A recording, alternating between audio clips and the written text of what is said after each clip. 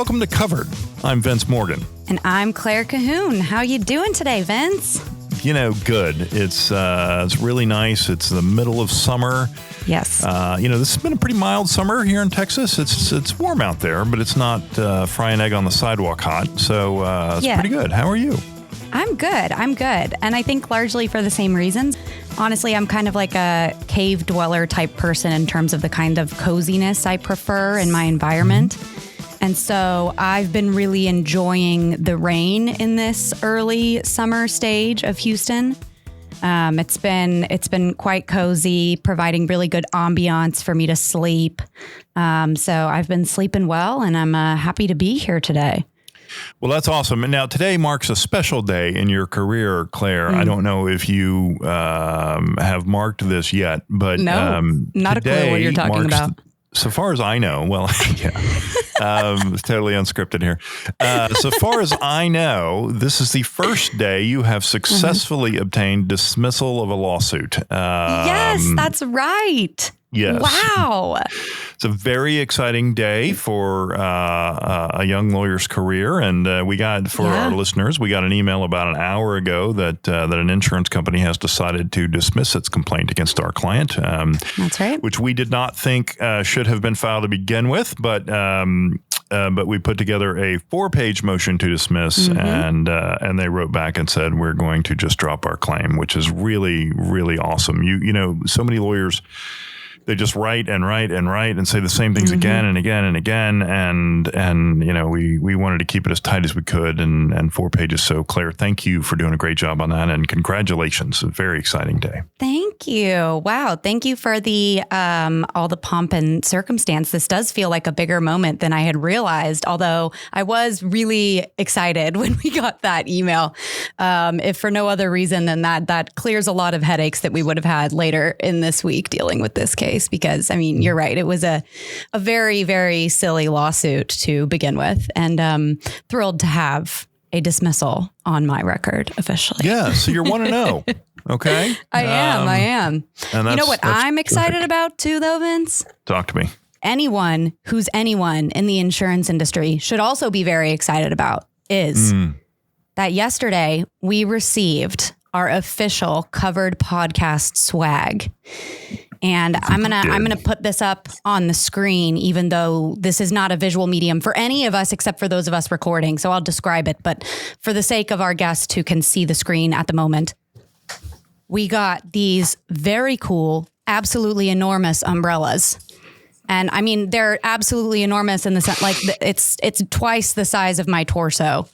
And it's striped in Bracewell colors, and it's got sound effects. You can hear the umbrella unwrapping. Yeah. It's got our official podcast here. logo on it. It's got an umbrella on an umbrella. That's amazing. Well, I mean, that's the kind of level of protection we go for here. I know. Covered. So, yes, and Jeff Kichaven, our guest today, will be getting one very, very soon. And Jeff has a habit of giving people pens, and so we liked his idea, and we came up with umbrellas. Which kind of ties into, because he needs people to sign on the bottom line, right? On the signing in a mediator settlement agreement. We need people to think of, like, hey, it's raining outside.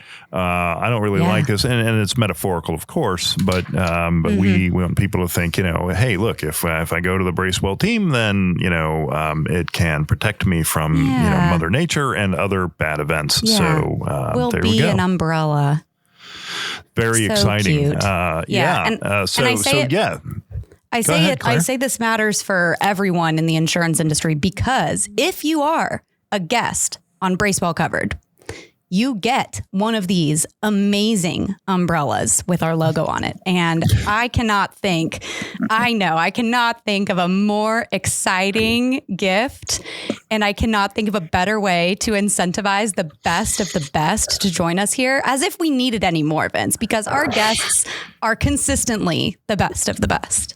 They are. You know, what's really amazing is our guest that's going to be coming up here in just a minute, Jeff Kichaven, a nationally renowned mediator in insurance circles. Yeah. And so Jeff actually is the first person who literally reached out to us and said, you know, I heard your podcast. I thought it was great. I'd love to be a part of it. And amazing. So he's a guest who actually asked us, which really is, that's awesome. To have someone that great with that cool of a record and as much of a storied legacy in the industry as he does, to want to talk to us that we didn't even have to ask him. That's crazy. We usually have to twist arms, break some legs. I mean, wow. We're really going places, Vince. I cannot wait to hear your interview with him. I can't either. I'm going to have to make it up on the fly here, but it's that's a joke, listeners. Yeah, right. Don't worry. There's a script. I'm just going to throw it away. There's that old saw about any courtroom encounter, right? There's the argument you plan to give, the argument you actually give, and the argument you come up with on the way back from the courthouse. Mm-hmm. So, our podcast episodes are something along those lines, but no, it'll be great. And that's a lot of lines. And I'm excited. You're excited about the umbrellas. Our team here at Covered put this together and they really did a bang up job. We thought about is it a t-shirt? Is it, the coffee mug? And then our umbrella. Crack team said, no, of course it's an umbrella because how could we not put an umbrella? Yes, what else would you do? An umbrella. So now, whether or not we need to get the little, drink-sized umbrella, mini umbrellas, that would be something. If we ever throw a happy hour, we shall order those. But for now, this is great. So, and we got a hurricane season coming up, right? I mean, we're in a hurricane season, but we have the peak of hurricane season starts around August 15th, goes through about September 30th. And most of the hurricane names come in that 6-week period. And so, what better timing? So really excited about that. Yeah. All right. Well, Claire, anything else you want to chat about for our listeners today, or should we move on to our interview with Jeff? I think it's time for your interview with Jeff. Well, okay. You run the show here. So hi, Jeff. How you doing today, man? I'm doing wonderfully, Vince. I'm so happy to be here. Thank you so much for inviting me. I really appreciate it. Yeah. So what you're really telling me is that a pro bono mediation canceled for you. Vince, you're ruining banter for the interview here. I'm sorry. You always pre-use all of the banter. Don't worry, Claire. We have a limitless supply. I just wanted to welcome Jeff to our show and thank him for being a guest. Yes. Thank you. In fact, our first ever guest who actually reached out to us. So, that's right. Yes. Thank you, Jeff. Now, you are a seasoned podcast veteran, yes? I've been doing a lot of these, Vince. Yes, I have. Okay. All right. Well, ours is kind of different. See, what we do is talk and then somebody records it and then it turns it into an audio file. So that's probably, not something you've seen before. But anyway, okay. All right. Claire, are we ready? Yes, I'm ready. Let's go. One thing that I find really interesting is, I suffer from finding too many things interesting, right? But one thing I find really interesting is career paths, right? I always want to know how, and then some are pretty standard, if you want to be a pilot, you learn how to fly an airplane and then, get a job at an airline or something and you fly aircraft, or you join the Air Force, they teach you how to fly and then you become a commercial pilot afterwards, things like that. But they're pretty standard career paths. But I'm always interested in how people get to where they are and how their careers have evolved. So tell us a little bit about your background. How did you become a mediator and tending to focus on? I know you mediate all kinds of things and have for many, many years. But how did you get drawn to mediating insurance coverage disputes? Vince, I love mediating insurance cases, and while it's true that I mediate many kinds of cases, it's something different every day.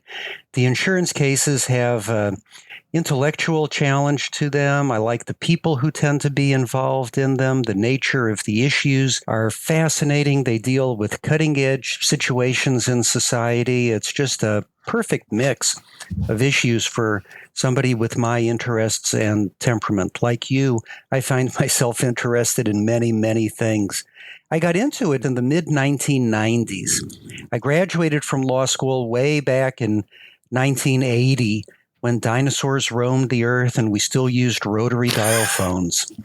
And I was a rough, tough, no holds barred, take no prisoners, scorched earth business litigator.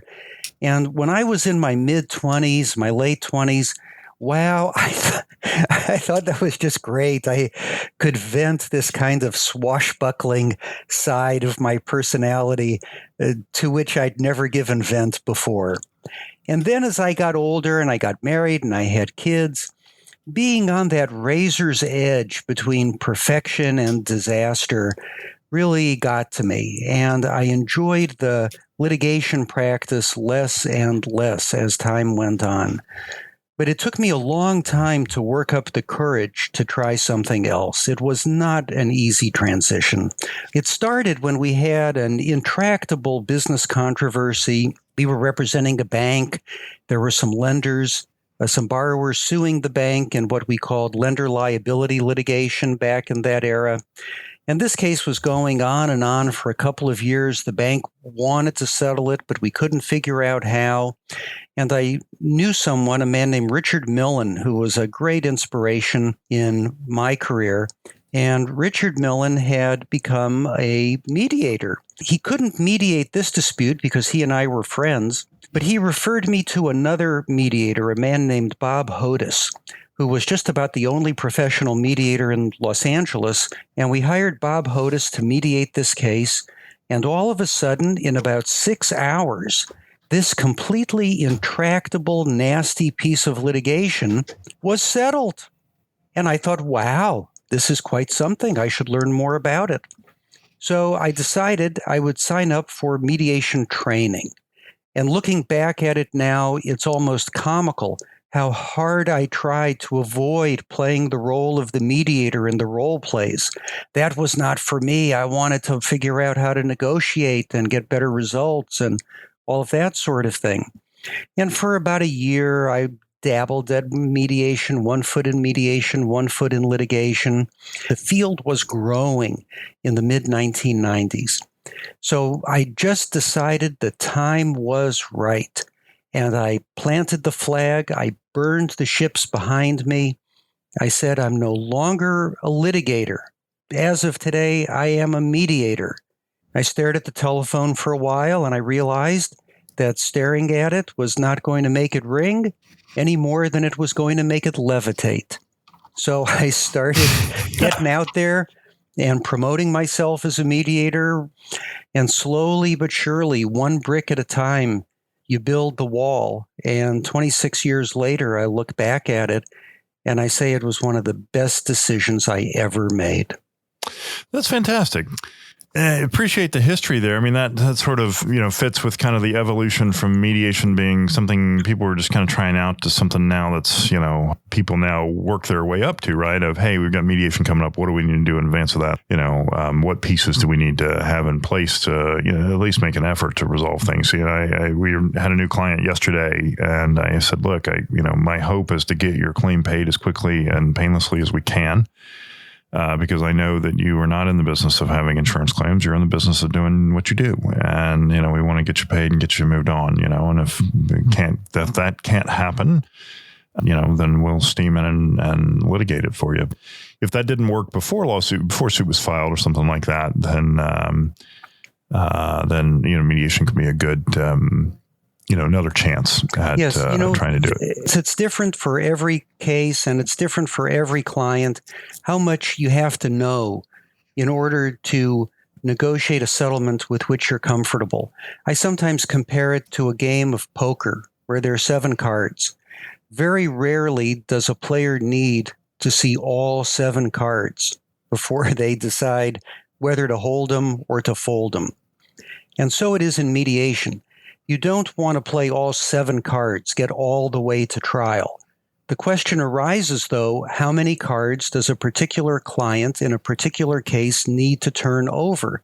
How much information do you need before it reaches a point of diminishing returns?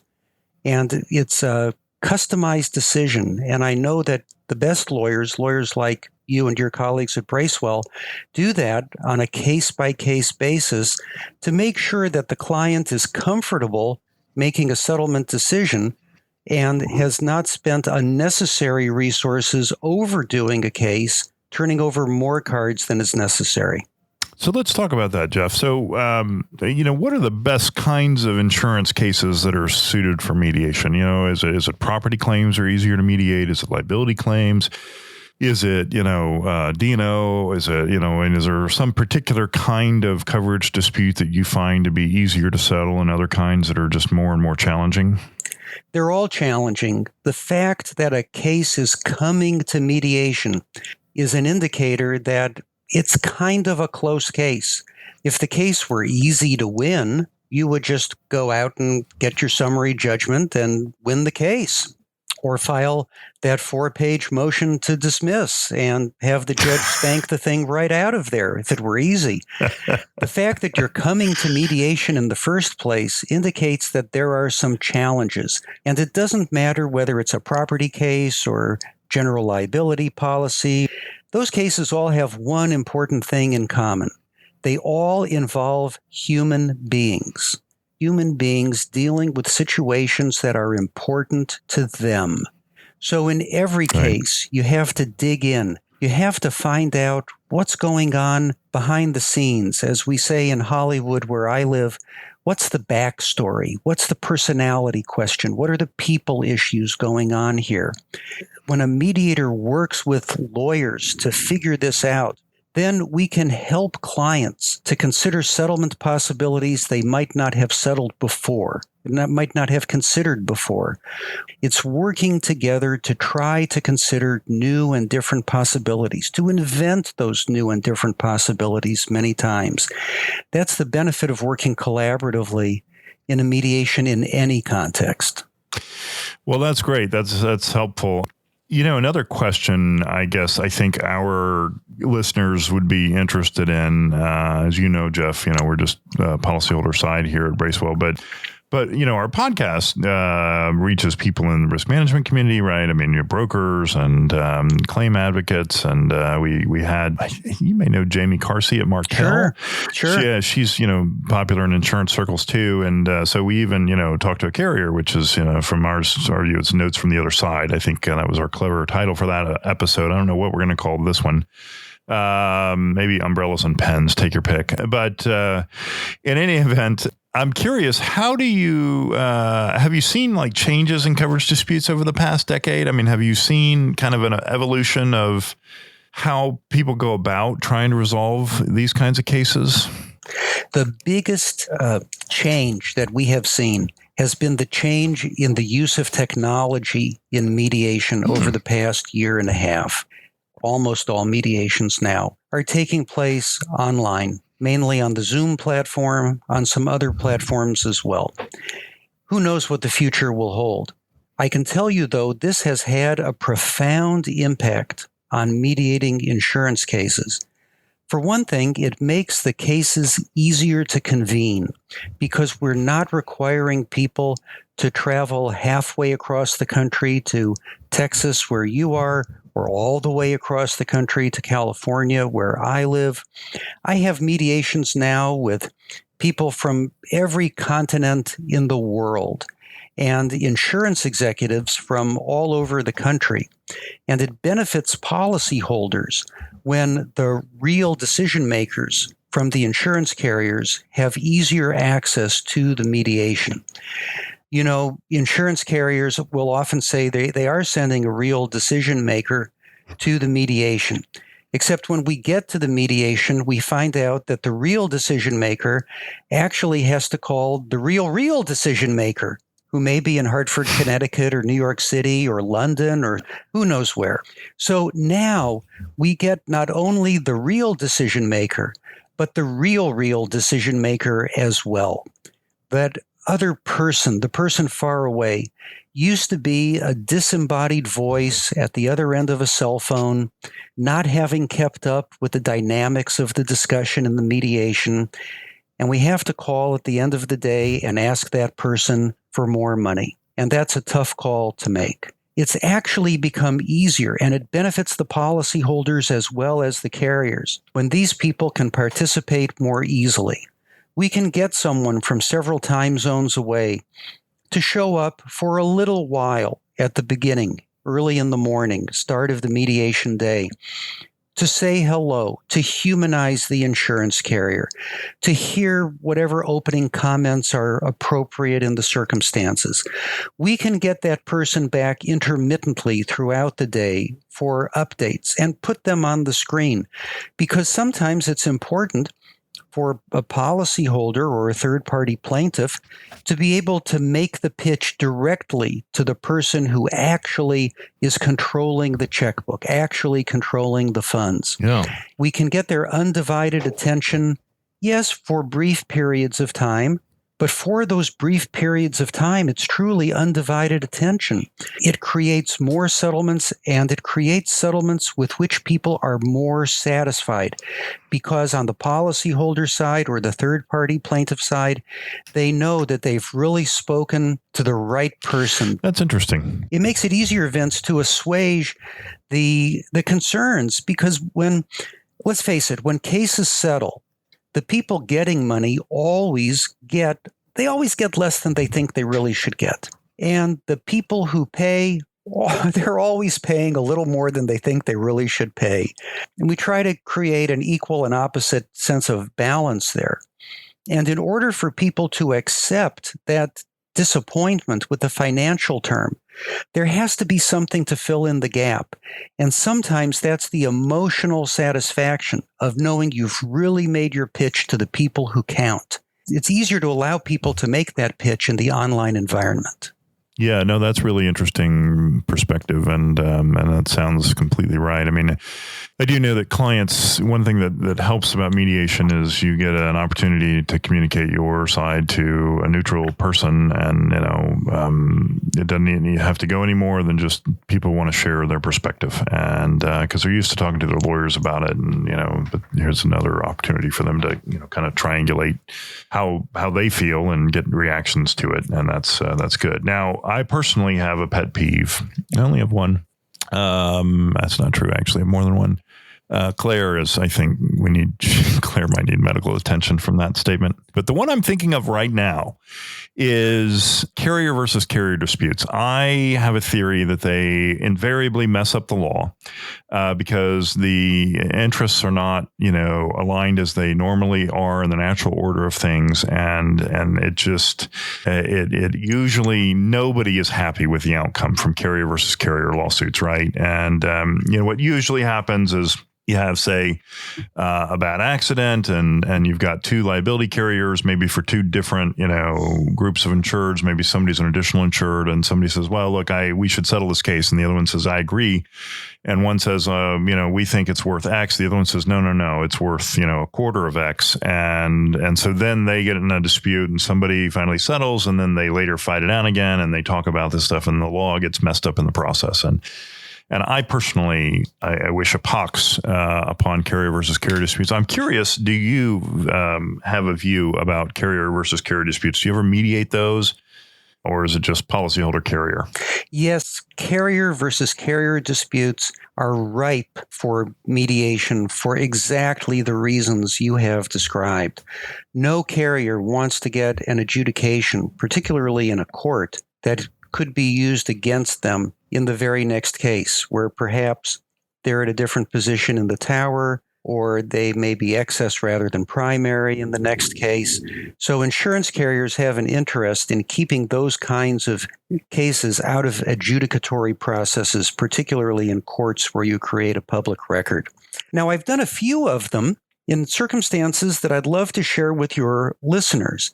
And that is a circumstance where I'm called in before the mediation with the third-party plaintiff. And I mediate as between multiple carriers as to how the mediation, how the bargaining with the third-party plaintiff will go in that later mediation, which will be held perhaps several weeks down the road. Because here's the problem you want to avoid. We work very hard in mediations to get a third-party plaintiff many times to make what the insurance carriers think is a reasonable or good faith opening demand. Something that is out of the stratosphere, something that makes the insurance companies think, maybe we can actually settle this one today. The worst thing is when that happens and the mediator then goes down, talks to a room full of different insurance carriers, and then they start arguing among themselves. Well, we're not going to pay this unless you pay that. And it becomes a big Tower of Babel. And it takes hours. And this poor plaintiff, who's probably not as seasoned in litigation as all the insurance carriers, is sitting down there at their end of the hallway thinking, what's going on here? I just made what the mediator told me was a reasonable demand. What's going on here? We want to avoid that. So sometimes if the carriers have a separate mediation weeks beforehand, you can come up with a strategy. Okay, when the plaintiff comes down to X, we will offer Y. And the first $1 million is going to come so much from this carrier, so much from that carrier. We will not offer the next $1 million until the plaintiff comes down to whatever level it is. And the second $1 million will come from this carrier and that carrier, and they may be different percentages as we go through the negotiation. So this way, we have a strategy in mind. And in those circumstances, I don't really think it's appropriate to have the same mediator in both mediations, because the mediator who does the intramural mediation between the insurance carriers knows too much. And it's better to have a different mediator for the later mediation between the third-party plaintiff and the group or tower of insurance carriers. So that's awesome. Thank you for sharing that. And I've been in meetings like that, and I totally understand what you're getting at there. Now, so Jeff, you're a Hollywood lawyer. You ever go to the Oscars? You ever watch the Oscars? I've never been to the Oscars. I've seen them on TV many times. Okay. Well, that's good enough. So when somebody starts doing a speech and then you hear the music play, that sort of cue that, it's time to wrap it up. And our team here has just appeared. And apparently between my chit-chatting with Claire and my chit-chatting with you, we have burned up our time for this podcast episode. So we're going to go into what meaning I've borrowed from popular culture, the lightning round. So I have 2 questions left for you, and we're gonna have to make this quick before they cut my tape here. The first one is we love good stories here at Covered, and so insurance is such one of the things that makes it a really neat practice area is the stuff we work on is so diverse and its scope, and insurance is part of the fabric of the economy and business and life and stuff. And so we get to see all kinds of different things over the course of our careers. Do you have any particularly fun, unique mediation you can tell us about quickly during our lightning round here? Vince, every mediation is unique. My favorite mediation is the one I'm going to do tomorrow. I keep looking forward, not back. Great. I'll schedule tomorrow. Go ahead, Claire. Let's find a case to mediate with Jeff, since it'll be his favorite one. But thank you for that. Tomorrow is booked, Vince, but I can handle you next week. Okay. We'll ask him tomorrow and then we'll book it. All right. I used to go to a restaurant and at this, it had a sign at the front that said free food tomorrow. And so every time you'd go, you're like, oh, no, not today. So the second Claire lightning round question is apparently Claire's a digger. She digs stuff up. She's a researcher. She finds obscure. She found. Oh my God, Jeff! Let me tell you about this. We're working on illusory coverage stuff yesterday, and she found a case that described illusory coverage better than it's ever been described before. It said if you have a policy that insures coin flips, and then it excludes flips where the coin lands on heads, and then it excludes flips where the coin lands on tails, you have an illusory policy. And it is just the perfect example to explain it in a single sentence that even a 4-year-old can understand, right? So Claire digs things like that up, and she's like an archaeologist, lawyer. And so she found a paper apparently that we put together, I don't know how long ago, that described mediator styles as ranging from therapist to arm twister. She wants to know how you would describe your style and mine on that scale. I think that the best mediators, like the best litigators, develop a variety of styles and approaches. We try to develop a range. Some mediators like to describe themselves as chameleonic. We mediators think we have tremendously broad array and gallery of styles from which we can choose, and it's probably not all that broad. On the other hand, when lawyers work with a mediator once or maybe twice, the lawyers tend to characterize a mediator as this or that or the other kind of mediator based on one exposure. And I think that characterization is too narrow, because I think that we are broader than the style that you might see in any one instance, but probably not as broad and varied as we ourselves think we might be. Well, I thought Claire had a good question, but your answer was better, and it was part it was a good question. It was a good question. Yeah, it was, and it was a great answer, and I thank you both for that. And as a gesture of our gratitude for that wonderful answer, you will soon be receiving, and by soon I mean at some point, a covered umbrella. And we hope you have nothing but sunshine being there in Southern California. But if and when a rain cloud ever accidentally gets lost and makes it over Hollywood, then you will be well equipped to protect yourself against the elements, and as we hope our clients are when we help them with insurance issues. So thank you, Jeff Kichaven. Thank you, Vince. And I'm very much looking forward to playing the home version of Covered with friends and family. Oh, my God. Yes. I mean, I think that is really, if you want to end a family reunion, you feel like it's gone on long enough, just pop one of these up on speakers and just say, hey, you guys listen to this. And I think that'll be a way to wrap up the holidays quickly. But it's awesome. So, Jeff Kichaven, we really appreciate you coming to visit with us today. And it's really great to hear. We've heard from, claims people and risk managers and brokers. And we even, again, talked to the other side. But it's great to hear your perspective here. And I think our listeners will be grateful for it. So we really appreciate your time, sir. Thank you, Vince. It's just great to be here with you and Claire and Julia, who's running the technical end of things, and the Bracewell firm. It's a wonderful podcast series that you have. I'm so happy and proud to be part of it. Thank you. All right. Claire, last word? I have none. That was an excellent interview. 10 out of 10. Well, I didn't get Jeff. I mean, she's never graded anybody like that before. So good for you, sir. All right. Thank you all. We appreciate it.